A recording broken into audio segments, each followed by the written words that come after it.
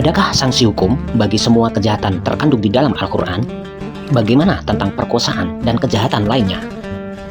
Semua kejahatan yang dilakukan terhadap anggota masyarakat, baik mengenai harta benda maupun tentang diri, ada tercantum di dalam Al-Quran. Pezina diancam oleh hukuman yang tertulis pada surat ke-24 ayat 2 dan surat ke-24 ayat 3. Penuduh orang berzina tanpa bukti diancam dengan hukuman termuat pada surat ke-24 ayat 4. Sanksi hukum bagi pelaku lesbian tercantum pada surat ke-4 ayat 15. Sanksi hukum bagi pelaku homoseks tertulis pada surat ke-4 ayat 16.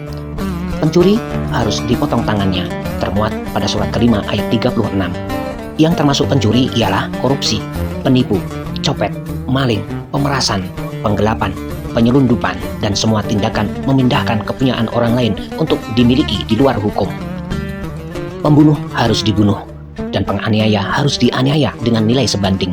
Disebut khisos pada surat kedua ayat 178 dan surat kelima ayat 45. Maka sanksi hukum bagi pemerkosa, perampok, perompak, dan sebagainya tercantum pada ayat suci surat kelima ayat 35. Bahwasanya balasan orang-orang yang memerangi Allah dan Rasul-Rasulnya yang berusaha di bumi dengan perusakan ialah agar dibunuh atau disalib atau dipotong tangan mereka dan kaki mereka bertentangan atau diusir dari bumi negeri.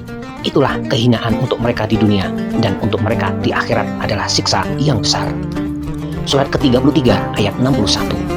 Mereka terkutuk dimanapun mereka ditangkap dan dibunuh dengan pembunuhan.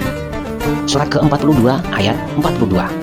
Bahwasanya garis hukum itu ialah atas orang-orang yang menzalimi atau menganiaya manusia, dan mereka bertindak dengan kekerasan di bumi tanpa hal logis.